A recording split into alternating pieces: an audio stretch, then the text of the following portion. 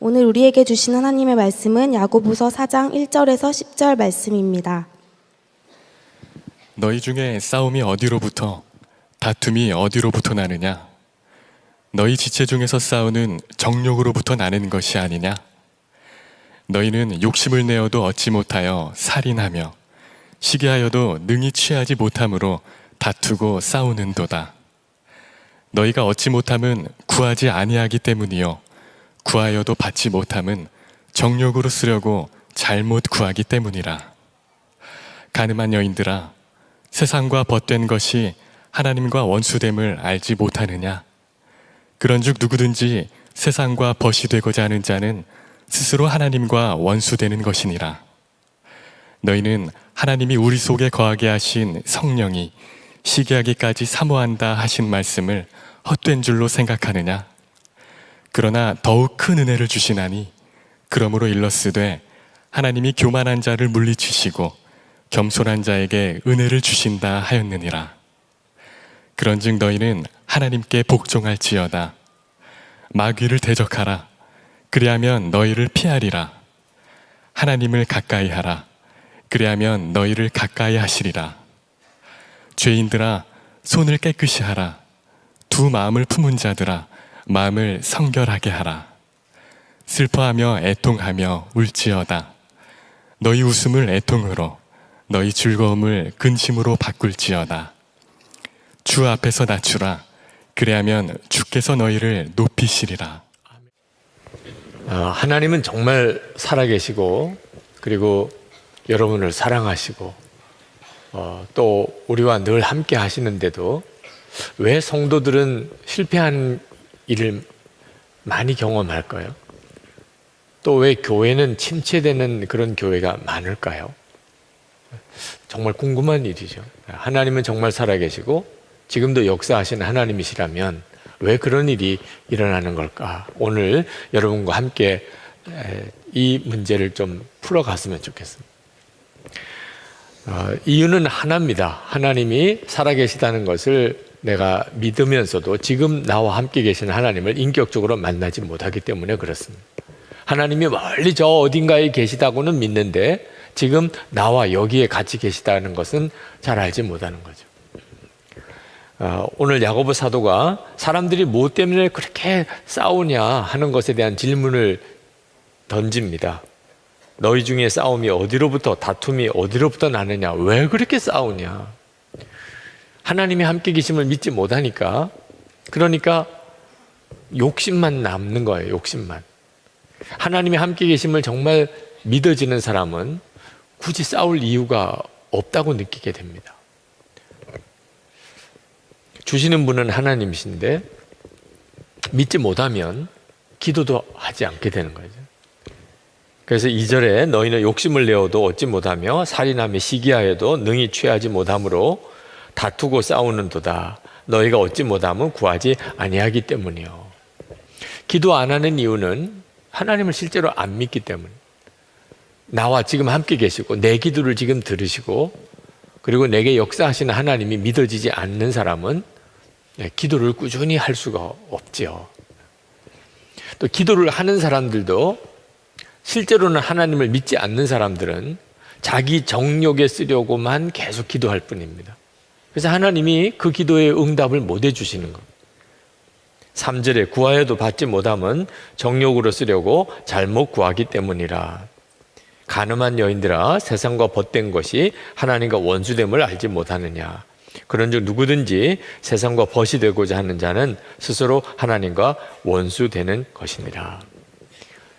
기도하는 내용을 가만히 살펴보면 이 사람이 하나님을 정말 인격적으로 만난 사람인지 아닌지를 알 수 있습니다. 하나님을 인격적으로 만나게 되면 구하는 게 달라집니다. 하나님을 인격적으로 알지 못하면서 기도를 하려고 하면 내가 가지고 싶은 거, 되고 싶은 거, 얻고 싶은 거만 구하게 되는 거죠. 정욕에 쓰려고 잘못 구하는 케이스의 기도가 되는 겁니다. 하나님이 다 들어주실 수가 없어요. 욕심으로 구하는 것을 어떻게 다 응답하실 수 있겠습니까? 근데 하나님을 알고 나면 기도가 확 바뀌어버립니다. 이제는 뭐 이것 주세요, 저것 주세요 할 것도 없어요. 하나님의 지혜가 가장 뛰어난 것을 알고 나면 그러면은 주님이 말씀하신 것처럼 그저 하나님의 나라를 구하게 됩니다. 하나님의 나라를. 여러분 중에 하나님의 나라를 위해서 기도하시는 분이 얼마나 되신지 잘 모르겠는데 아마 하나님의 나라를 기도하는 사람과 기도 못하는 사람이 극명하게 서로 갈라질 겁니다. 하나님의 나라를 위해서 기도하는 사람은 이보다 더 기도할 제목이 어디 있냐 생각이 들고, 하나님의 나라를 위해서 기도하지 않는 사람은 도대체 하나님의 나라가 뭐야 이런 생각이, 자기에게는 전혀 관심사가 아닙니다. 자기에게 지금 당장 필요한 건 돈, 그죠? 뭐 직장 생겼으면 좋겠는 거, 또 가을에 추운데 또 옆에 누가 사랑하는 사람이 생겼으면 좋겠다, 이번 가을에는 운명적인 사랑을 만났으면 좋겠다, 뭐 맨 이런 생각만 하고 교회 와도 내 님은 누구일까 계속 그렇게만 찾아다니는 사람들이 되어버리고 말아요. 네. 그런 사람은 무서운 사람입니다. 네. 그래서 다 회피하죠. 소문이 나요. 내 님이 누구일까 그 사람만 찾고 다녀. 그러면 만나려고 그래도 일부러 피해가게 됩니다. 하나님을 알지 못하면, 실제로 하나님을 알지 못하면 그는 기도라는 행위를 열심히 해도 하나님의 살아계심을 체험하지 못합니다. 모든 것의 원인은 내가 하나님을 살아계신 하나님으로, 인격적인 하나님으로 만나지 못한다는 것입니다. 여러분이 아마 복음이 무엇이냐고 이렇게 물으면, 복음이란 하나님이 우리를 구원하시려고 사람이 되시고 성육신 하셨죠. 그리고 그 예수님께서 십자가에 달려 우리의 죄를 대신 지시고 죽으시고, 그리고 죽었다가 사흘 만에 다시 부활하심으로 우리의 영원한 부활의 소망이 되어주신, 누구든지 그 예수님을 믿기만 하면 그러면 그는 모든 죄가 사함을 받고 하나님의 자녀가 되는 권세를 얻고 그리고 영원한 하나님의 나라에 들어가게 됩니다. 정말 흠잡기 어려운 복음에 대한 명확한 이해죠. 그런데 복음을 그렇게까지만 아는 사람은 실제 삶 속에서 보면 하나님의 역사를 경험하지 못해요. 제가 여러분에게 말씀드렸던 이 복음에 대해서 다 아시는 분, 목사님 그런 말 들어본 적도 있고 나도 알고 있어요. 근데 문제는 그렇기 때문에 내가 실제로 내 삶 속에서 정말 믿음의 역사를 내가 경험하는가? 그렇지 못한 이유가 뭐죠? 이 엄청난 복음을 알고 있는데 왜 내 삶은 그렇게 엉망이고 실패고 좌절이지요? 아직도 복음의 진짜 중요한 부분을 빠뜨리고 있기 때문에 그래요. 성육신 하셨고 나 위에 십자가 달려 죽으셨고 그리고 부활하신 그 주님이 지금 나와 함께 계시고, 내가 그 주님을 지금 만나고 그 주님으로부터 내가 음성을 듣고 그 주님이 나와 동행하시는 삶을 산다는 것까지 가야 진짜 복음의 능력이에요. 그런데 안타깝게도 이 부분에서 자신이 없는 겁니다. 부활하신 그 주님이 지금 나와 같이 계시고 그리고 나와 만나시고 지금 나와 함께 사시고 그리고 나를 인도하시는 것에 대해서 너무나 많은 성도들이 분명한 체험이 아닌 겁니다. 그래서 복음이 온전하지 못한 거예요. 여러분, 오늘 이 시간에 여러분이 분명한 믿음을 가지고 그리고 주님 앞에 나아갈 수 있게 되기를 바랍니다.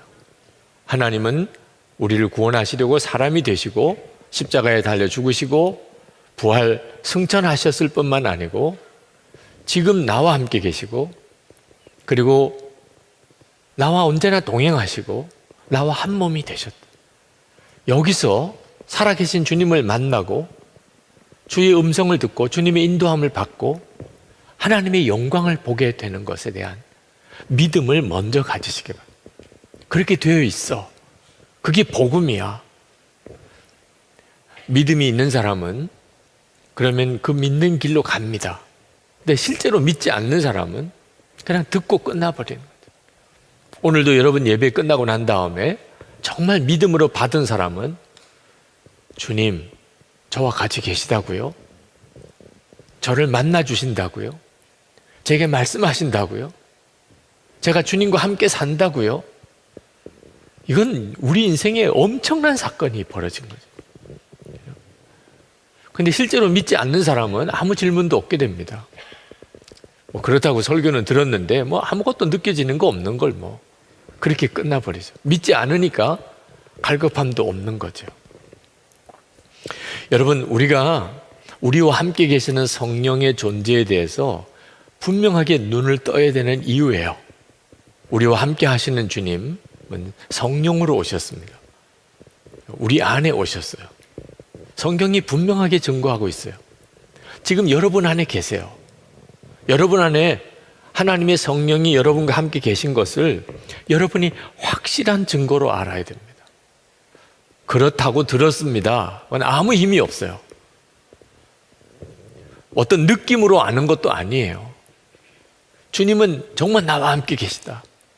내가 성경도 열심히 보고 기도도 열심히 하고 그리고 내가 이제 더 이상 어떤 음란한 것 다 이제 끊어버리고 그리고 무절제한 생활도 다 정리하고 그러면 주님이 나와 같이 계신 것 같고 내가 생활이 완전히 흐트러져 있으면 주님이 나를 떠나신 것 같고 이런 형편으로 주님이 나와 함께 계시는 것을 생각하니까 여기 오늘 여러분 중에 상당히 많은 사람이 주님이 나와 함께 계시다는 믿음이 안 생기는 거예요. 주님이 나와 같이 계시면 내가 이렇게 살 수는 없잖아 이렇게 생각이 듭니다. 성경을 원점에서 다시 봐야 됩니다. 도대체 정말 주님이 나와 같이 계신 건가? 분명히 그렇습니다. 고린도 후서 13장 5절에 너희가 믿음에 있는가? 너희 자신을 시험하고 너희 자신을 확증하라. 예수 그리스도께서 너희 안에 계신 줄을 너희가 스스로 알지 못하느냐? 그렇지 않으면 너희가 버려온 자니라.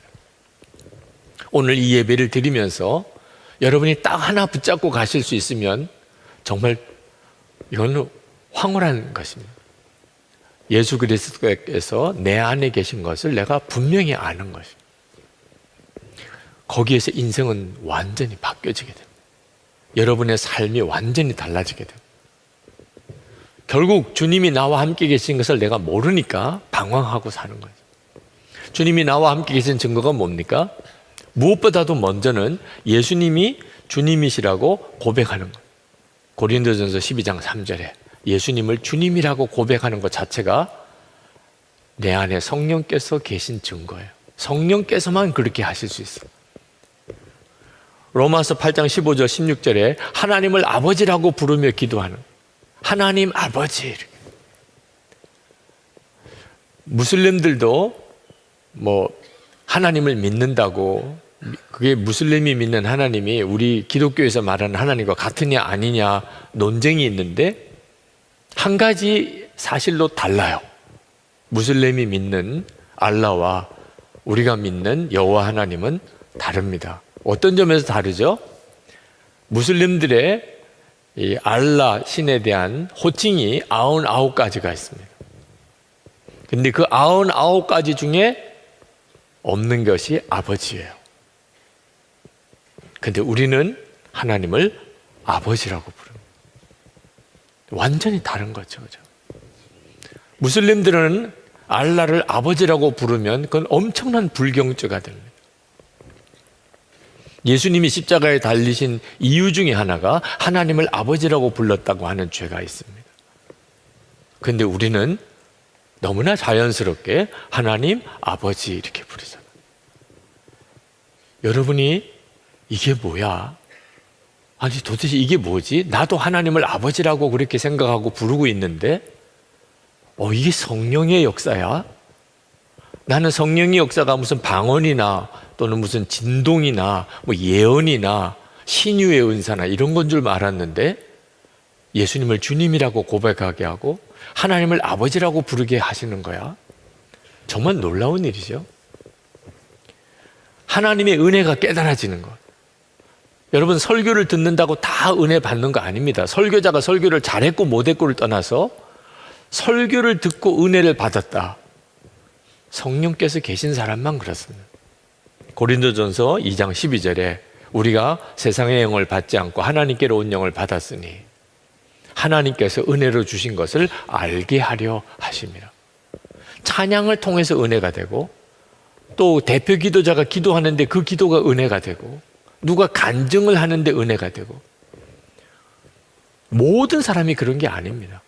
성령을 모시고 있는 사람만 성령께서 역사하시는 것에 반응이 돼요. 성령이 안 계신 사람은 전혀 은혜가 안 되는 거죠.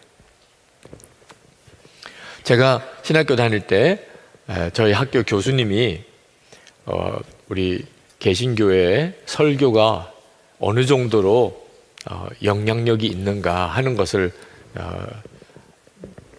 설문조사를 하면서 대학생들을 임의로 이제 선발을 해서 이제 아주 큰 교회에 가서 설교를 듣고 오게 했습니다. 그리고 피드백을 했습니다. 근데 이제 결과가 뭐 대략 예상하는 것처럼 너무 안 좋았어요. 그래서 이제 그분이 그걸 가지고서 이제 어떻게 해석을 하셨냐면, 지금 한국 교회 강단에 문제가 심각하다. 대학생들이 설교를 듣고 너무나 부정적인 반응을 한다. 그렇게 이제 평가를 하셨는데, 제가 그 평가를 읽으면서 너무 아쉽게 생각이 드는 게 있어요. 뭐냐면, 성령이 계시지 않은 사람이 설교가 어떻다고 평가하는 것이 그것을 어느 정도쯤 중요한 어떤 판단의 근거로 삼아야 하는가. 성령께서 계시지 않은 사람은 하나님의 은혜를 깨달을 수가 없습니다. 여러분이 오늘 예배를 드리고 말씀을 들으면서 여러분 안에 뭔가 주님이 주시는 메시지가 깨달아진다면 그건 여러분 안에 계신 성령의 역사예요. 요한일서 4장 12절 13절에 보면 용서하고 사랑하는 마음이 있으면 하나님을 본 사람이 없지만 우리가 서로 사랑하면 하나님이 우리 안에 거하시고, 그러니까 여러분 마음 안에 누군가를 사랑하라고 하는 마음이 일어나는 것이 전적으로 성령의 역사예요. 에베소 4장 30절에 성령을 근심케 하지 마라. 여러분의 마음에 하나님이 기뻐하지 않는 삶을 살면 마음이 근심이 돼요. 근데 예수 안 믿는 사람에겐 절대로 그런 생각이 안 들어요. 내가 뭐 주일 예배를 빠졌다. 내가 하나님께 온전히 드리는 11조 생활을 못한다. 나는 전혀 기도 생활을 하지 않고 있다. 우리가 구원받은 사람이라면 그게 늘 마음에 하나님께 죄송하고 내가 잘못 살고 있다고 생각이 돼요. 그런데 성령을 받지 않은 사람은 그런 것 때문에 괴로워하는 것 자체가 이해가 안 되는 거예요. 예배 못 드린 것 때문에, 11조 생활 안 하는 것 때문에, 뭐 새벽기도 안 나가는 것 때문에 그게 괴로운 불신자를 보았습니까? 성령께서 근심하시는 게 있어요. 우리 안에는. 빌립보서 2장 12절에 13절에 하나님의 일을 하고자 하는 소원이 생깁니다. 우리 안에서 역사하시는 이는 하나님이시니 당신의 기쁘신 뜻을 위하여 너희로 소원을 두고 행하게 하시나니. 그러니까 우리 마음에 하나님을 위하여 무언가를 하고자 하는 마음이 생기는 일이 이 보통 놀라운 일이 아닙니다. 왜? 모든 사람에게 그런 건 아니니까. 불신자에게는 하나님을 위해서 일하고 싶은 생각이 없어요. 왜? 하나님이 그 안에 계시지 않으니까. 여러분이 이제는 아셔야 됩니다. 고린도 후서 4장 7절에 우리가 이 보배를 질그릇에 가졌으니 이는 심히 큰 능력은 하나님께 있고 우리에게 있지 아니함을 알게 하려 함이라. 이 말씀이 정말 사실이에요. 나는 질그릇 같은 존재지만 내 안에 보배이신 예수님이 계셔요. 안 계신 사람, 아마 친구 만나러 오신 사람, 정말 여러분이 예수님을 믿고 구원받은 사람이라면 여러분은 그렇구나, 내 안에 주님이 계시니 내가 보배를 담은 질그릇이구나. 노다지라고 그렇게 말하죠. 금맥, 금이 포함되어 있는 그런 이 광산의 금맥을 발견하는 것은 뭐 대단히 수지맞은 일이죠. 근데 이 금맥이라고 그래도 금이 이렇게 눈에 보이는 게 아닙니다. 그냥 눈으로 보기에는 돌이에요, 그냥. 그런데 그 속에 금이 약간 포함이 되어 있는 겁니다. 그냥 현미경으로 들여다봐도 금을 볼 수가 없어요. 어느 정도쯤 금이 포함된 돌이면 채산성이 있을까?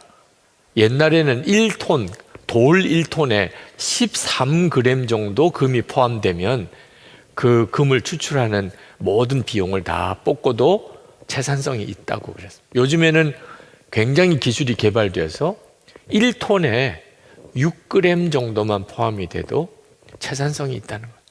자, 그러니 6g, 1톤에 6g이면 0.00006%, 6인가요? 정말 금이라고는 찾아볼 수 없어요. 정상적인 눈으로는. 그 정도쯤 포함되어 있으면 그 금광석을 정말 수지 맞은 거라고 생각합니다. 돈이 되는 거죠. 여러분 안에 예수님이 계신 것은 금광석과 비교가 안 돼요. 여러분이 왜 존귀한 줄 아십니까?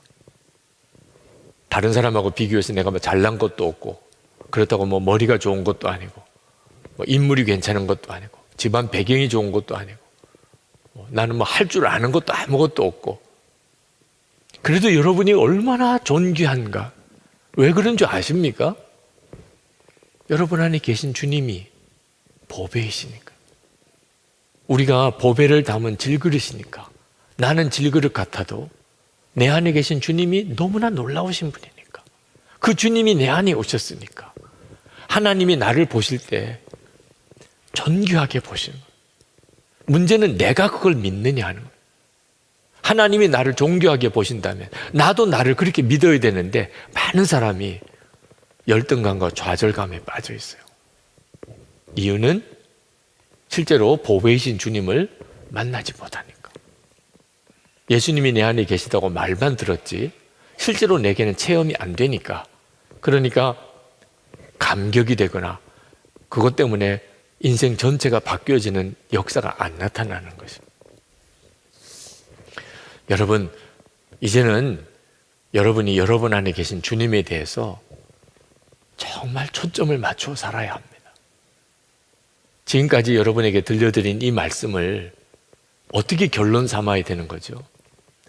여러분의 최대의 관심이 뭐죠? 여러분 안에 계신 주님입니다. 여러분에게 있어서 가장 놀라운 복이 뭐죠? 여러분 안에 계신 주님이에요.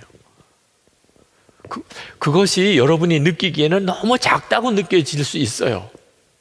아유, 그냥 예수님을 주님이라고 하고 하나님을 아버지라고 부른다고 예수님이 내 안에 계시다고 좋아할 만한 거는 아니잖아요. 그런 거는 뭐 다른 사람도 다 하는데 여러분이 스스로 작게 여기니까, 성령께서 여러분 안에 계시고 역사하시는 것을 자꾸 작게 여기니까 여러분은 더 이상 성령의 역사를 더 깊이 경험 못하는 겁니다. 여러분이 놀래면, 우와, 예수님이 주님이라고 내가 고백하는데 이게 성령께서 계신 증거구나. 내가 하나님을 아버지라고 불렀는데 이게 성령의 역사구나. 우와, 너무 놀라워. 저녁 안 먹어도 될 것 같아.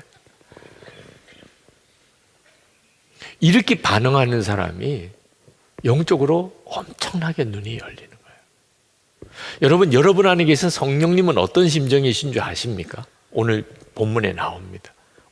5절 말씀에 너희는 하나님이 우리 속에 거하게 하신 성령이 시기하기까지 사모한다 하신 말씀을 헛된 줄로 생각하느냐?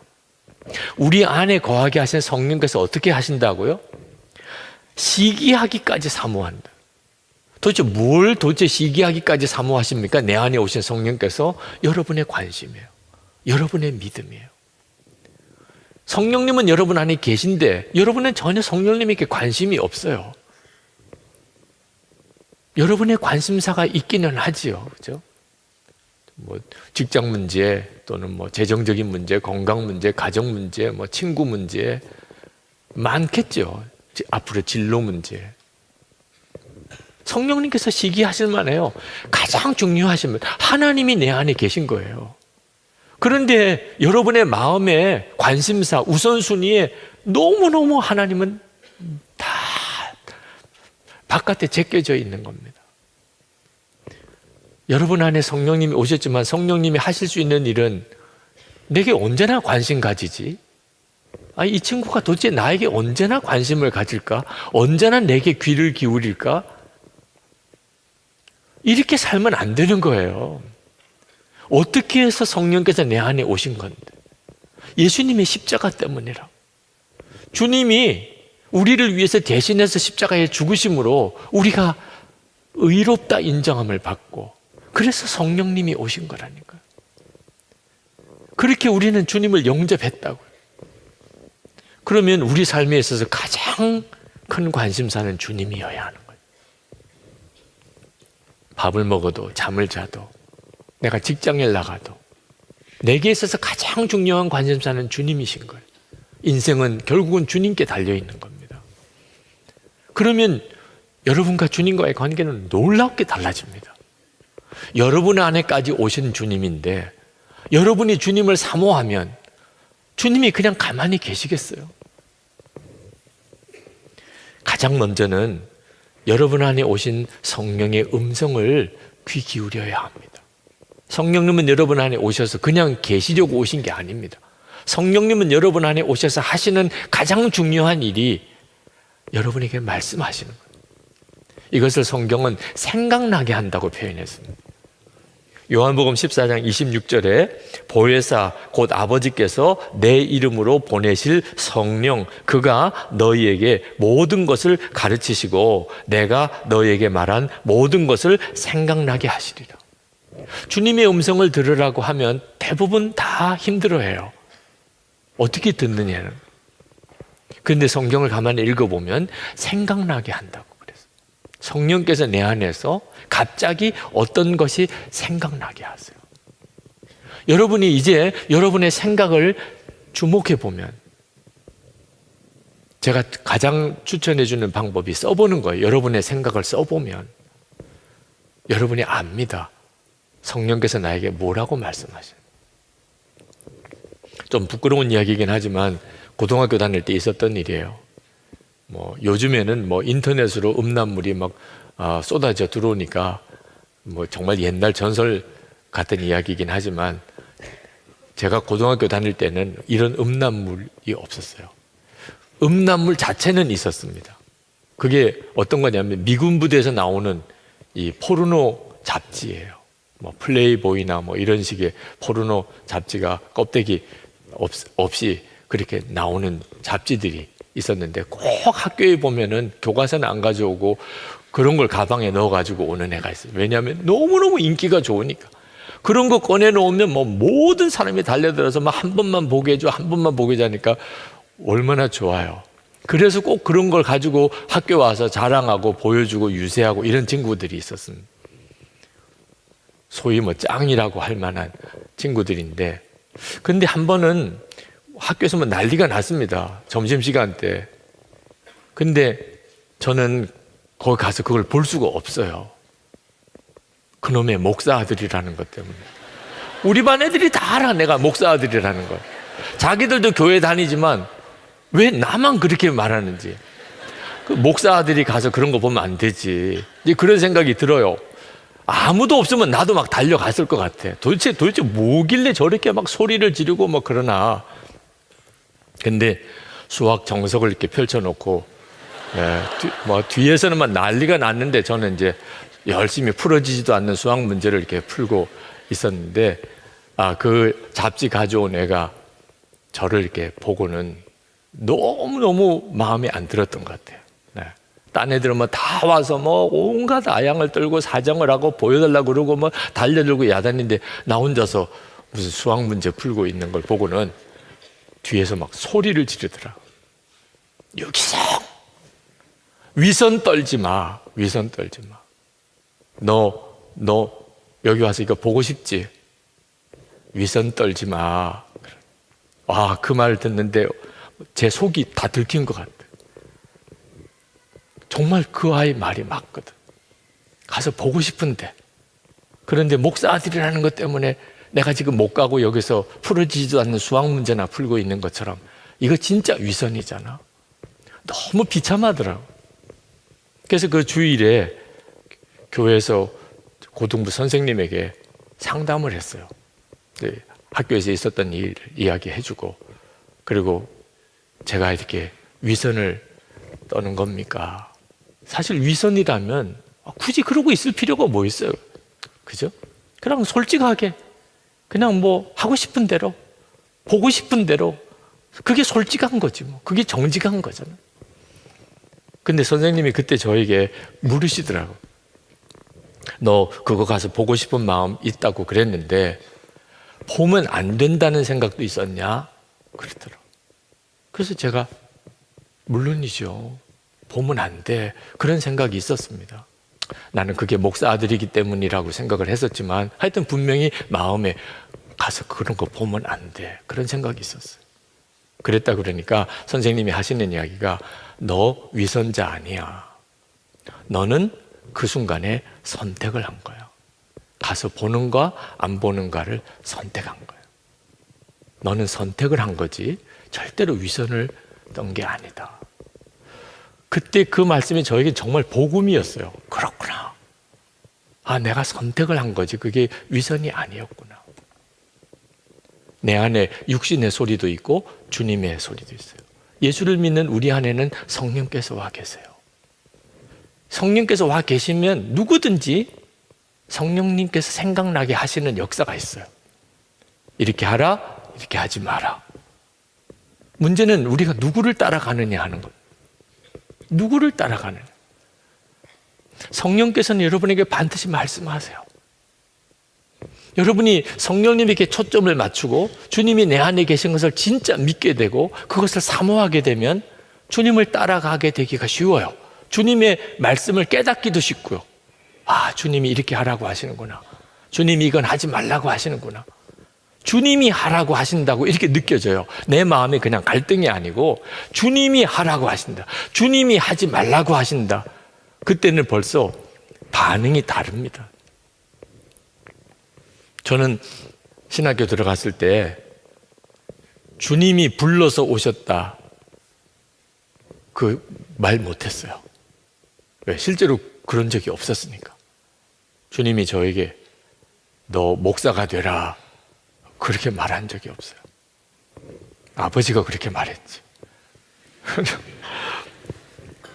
주님의 음성을 듣고 온 친구들도 있더라고요.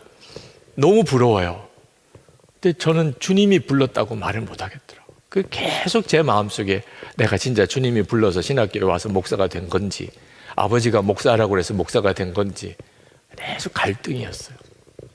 그런데 성령께서 내 안에 계시는 증거를 쭉 읽어보다가 너희 안에서 역사하시는 하나님이시니 당신의 기쁘신 뜻을 위하여 너희로 소원을 두고 행하게 하시나니 제 마음속에 정말 이 땅에 하나님의 나라가 빨리 이루어졌으면 좋겠어요.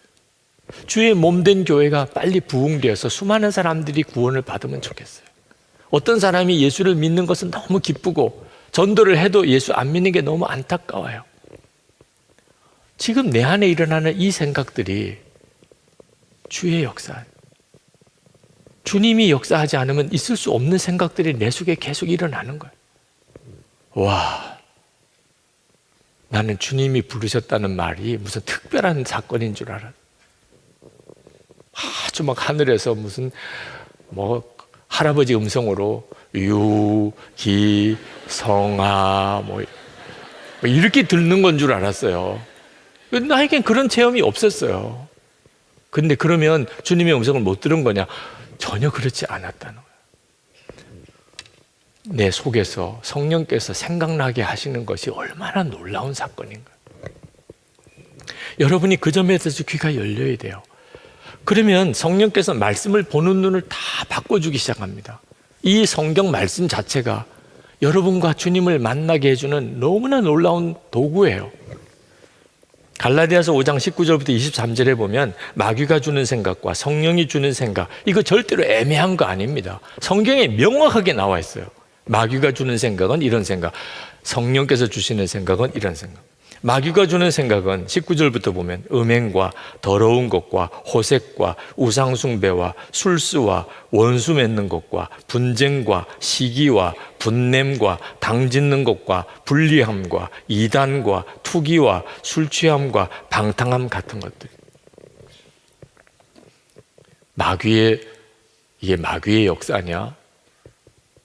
뭐 너무 명확하죠. 너무 명확. 네. 헷갈릴 것도 없지요. 네.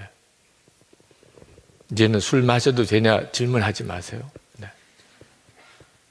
술 마시라는 게 누구 생각이죠? 술 마시고 싶다. 그거 도대체 무슨 생각이죠? 잘 분별해야 돼요. 네. 그래서 성령께서 주시는 생각은 어떤 생각이냐? 22절부터 23절 사랑과 희락과 화평과 오래 참음과 자비와 양성과 충성과 온유와 절제니 여러분 안에도 동일하게 역사하고 있습니다. 주님의 인도를 받고 마귀가 하자는 대로 쫓아가고 다 너무 명확해요. 헷갈릴 것도 없어요. 성령의 역사하심에 귀 기울이고 성경의 말씀을 보면 여러분은 지금도 주님과 동행하고 주님의 인도를 받고 주님의 임재 안에 살게 됩니다. 여러분 주변에 주님은 너무나 놀랍게 일하고 계세요. 큰딸 우리 지영이가 미국에서 공부할 때 어느 날 학교 채플에서 이제 강사님이 오셔서요. 설교 중에 이야기를 하나 저에게 쭉 전해주어서 참 그때 인상 깊게 받았어요. 라합이라고 하는 미국 대학생 이야기를 하더래요. 근데 어느 날 노음이라고 하는 친구가 있는데 NORM이에요. 그냥 우리식으로 말하는 노음이 아니고 이름이 NORM 노음이라고 하는 친구가 있었는데 이 말을 더듬는 친구예요. 그런데 열심히 전도를 해요. 하여튼 누구든지 만나면 뭐 더듬는 말로 전도하니까 더 답답하죠. 전도 자체도 뭐 좋아하는 사람이 별로 없지만 그것도 말을 더듬어서 하니까 뭐 예수수 믿어야 돼 이런 식으로 전도를 하니 다들 막 만나기를 꺼려하는 거예요. 하여튼 붙잡히면 전도를 받아야 되니까. 그리고 숨 넘어갈 듯한 전도를 계속 들어야 되니까. 그래서 이제 그 학교 기숙사 안에 이 노음이 이제 전도하러 이제 오면 쫙 퍼져요. 노음이 왔다. 그러면 전부 다 도망가고 피하고 나가고 이제 그래요. 만나면 이제 그 말 더듬는 전도를 들어야 되니까. 근데 이 라합이라고 하는 친구가 샤워를 하고 있는데 바깥에서 노음이 왔다 그러는 거예요. 이제 붙잡히면 이제 계속 이제 전도를 받아야 되니까 샤워하다가 불이 났게 방으로 들어가서 타올을 이제 두르고 들어갔는데 뚜벅 자기 방 쪽으로 걸어오는 게 들려요. 이게 큰일 났어요. 그래서 옷장 속에 들어갔습니다. 거기서 이제 빨리 지나가기를. 이 라합은 하나님을 믿지도 않는데 기도가 나오더래요.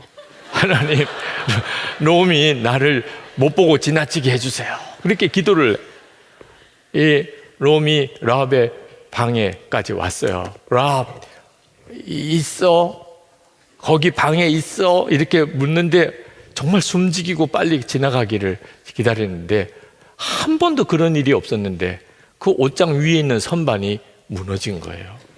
와당탕 쿵탕 소리가 들리면서 난리도 아니고 옷장 문이 열리고 자기는 젖은 타올에 몸을 이렇게 감싸고 그리고는 뭐 옷이 다 자기 위에 걸리고 그런 차지에서 이 롬이 정말 눈이 동그래져 가지고 보는 겁니다. 한동안 아무 말을 못해요. 롬도 놀랬고 라합은 더 놀랬고 네. 롬이 그렇게 이야기를 하더래요. 라합 너 나에게서 숨은 거니? 정말 그런 질문 앞에서 정말 대답을 할 수가 없죠.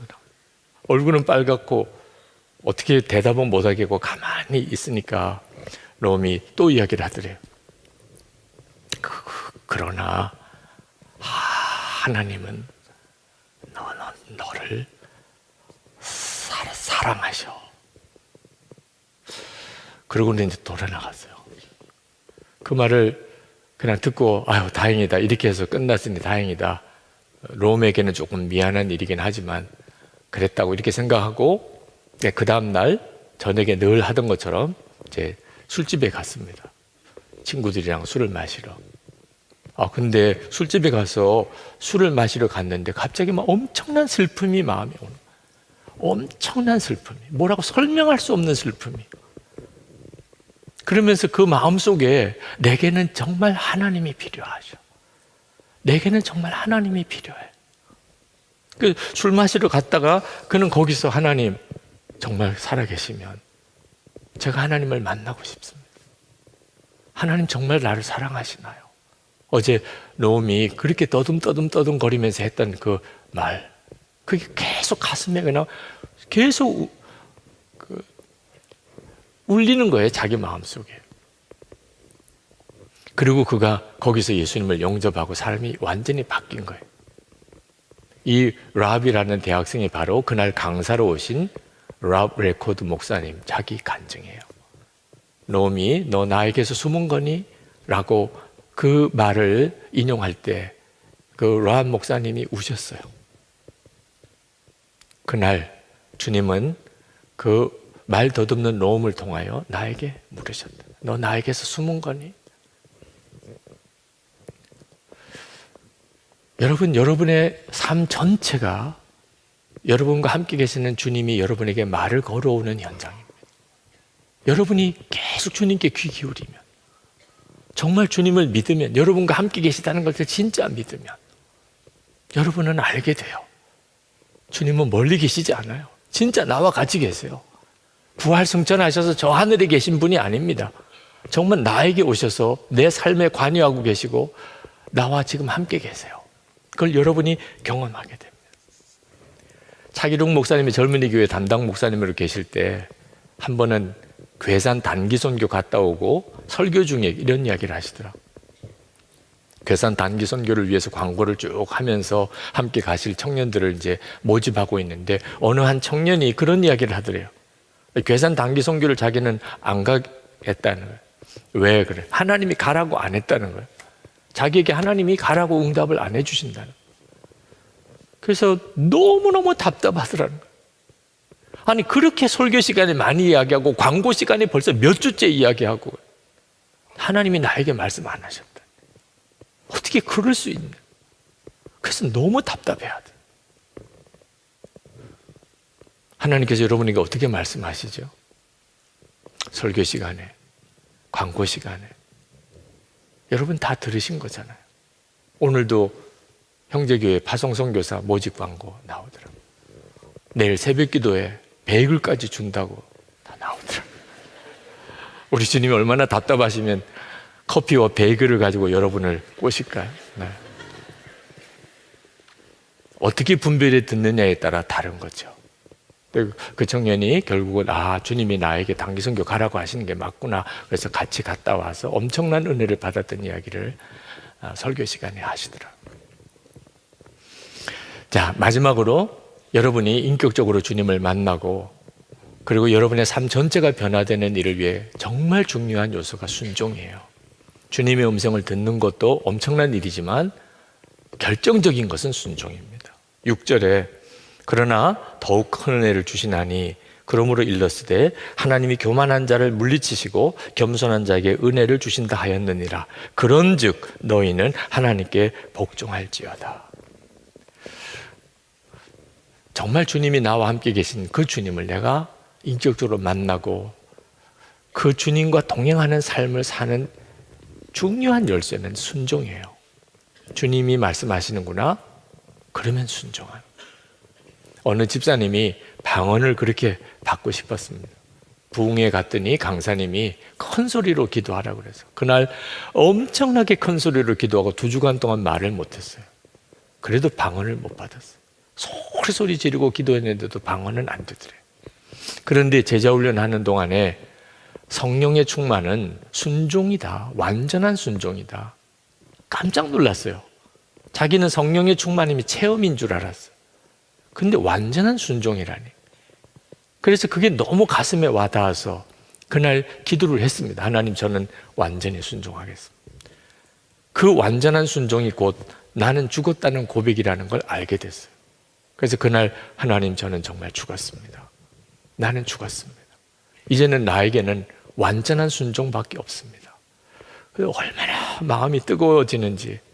그리고 눈물로 기도하다가 방언이 터진 거예요. 그렇게 소리 지를 때 방언 안 되더니 주님께 완전한 순종을 결단하고 그리고 나는 죽었습니다 고백하고 그것이 내 가슴에서부터 나오는 반응이 되고 나니까 비로소 성령의 강력한 임재를 경험한 거죠. 리더십의 세계적인 권위자인 존 맥스웰 목사님이 목회자 세미나 때 있었던 이야기가 참 인상 깊습니다. 세 분의 강사님이 있었는데 맥스웰 목사님의 맨 마지막 강사였어요. 3일을 첫째 날 자기도 은혜 받으려고 갔어요. 첫 번째 강사님이 너무너무 강의를 잘 하시더래요. 그런데 회중들이 은혜를 못 받는 거예요. 강사님이 너무나 탁월한 사역을 하시고 너무나 정말 분명하고 명확한 메시지를 전하는데도 다들 그냥 다 위축된 것 같아요. 이 맥스웰 목사님이 걱정이 되는 거예요. 나보다도 더 저렇게 말씀을 잘 전하는 저 사람에게도 은혜를 못 받으면 나는 어떡하지? 둘째 날 두 번째 강사님이 말씀을 전하는데 그분의 사역에 엄청난 사역을 소개를 하는데 너무 감탄이 되더라고요. 이야, 저렇게 목회하시는 분도 계시구나. 그런데 문제는 회중들이 안 일어나는 거예요. 그 참석한 목사님들이 다들 반응이 별로 시원치가 않아요. 저녁에 기도가 되더래요. 내일은 내가 말씀을 전해야 되는데 앞에 두 목사님이 이렇게 말씀을 잘 전했는데도 목사님들이 반응이 없으니 나 어떡하지? 그래서 기도를 했습니다. 하나님, 저 어떻게 말씀을 전해야 돼요? 그때 탁 들려오는 주님이 주시는 생각이 뭐냐면 너는 뭘 잘했다고 설교하지 말고 너의 실패를 이야기하라. 말도 안 되는 거예요. 아니, 탁월하게 잘한 내용들을 설교하는데도 반응이 없는데 내가 뭐 실패한 거, 그동안에 실수한 거 이런 걸 이야기해서 무슨 은혜가 되겠냐? 이것 때문에 목사님들이 오셨겠냐? 뭔가 배우려고 오셨는데. 그래도 주님이 주시는 마음은 계속 그 마음이었어요. 그래서 그날 밤에 다시 원고를 다시 썼습니다. 그동안 자기가 주의 사역을 하면서 실패했던 것들만 다 한번 생각나는 대로 써보았어요. 너무 비참하더래요. 나도 이렇게 실패를 많이 했구나. 부끄럽기도 하고. 강의 시간에 이제 정말 주저주저하는 마음으로 주님이 여러분에게 제 실패의 이야기를 하라고 하시는 감동이 있어서 제가 그동안에 실패했던 이야기를 들려드리려고 합니다. 그러면서 이제 자기가 실패했던 케이스들 여러 가지 일들을 쭉 이야기를 하는데 목사님들의 반응이 뜨거워지는 거예요. 막 웃기도 하고 정말 저렇게 유명한 강사도 저렇게 어처구니 없는 실패를 했던 적이 있었구나. 그리고 실패했던 이야기들을 쭉 이야기 들으면서 너무 바보 같기도 하고 너무 어처구니도 없고 그러다 보니까 막 나중에 보니까 앞에 있는 사람을 막 때려가면서 웃더래요. 자기 혼자만 웃는 것도 아니고 뭐 어떡해 막 그러면서 막 반응이 뭐 너무너무 업되는 거예요. 막 리액션도 너무 강하고 자기는 실패한 이야기만 잔뜩 했는데 분위기는 뭐 굉장히 좋아졌어요. 저렇게 실패한 사람도 저렇게 쓰임을 받는 거구나. 그게 이제 그 참여한 목회자들에게 엄청난 도전도 되고 위로가 되었던 것 같아요. 강의가 끝나고 난 다음에 사람들이 우르르 뒤에 접수처로 가가지고 그 테이프 좀 삽시다. 요 강사님 테이프를 좀 삽시다. 엄청나게 테이프가 많이 팔렸어요. 그리고 그 이후에 계속 메일을 받아봐요. 목사님 그날 세미나 때 했던 강의를 오늘도 차를 타고 하면서 몇 번을 들었습니다. 위로받았어요. 아, 이렇게도 쓰임을 받는 거구나. 이런 사람도 하나님이 쓰시는구나. 너무너무 격려가 되고 위로가 됐어요. 그런 메일을 계속 받았다고 하셨어요. 여러분 나름대로 잘 살아보려고 노력했을 겁니다. 행복하게 살아보려고.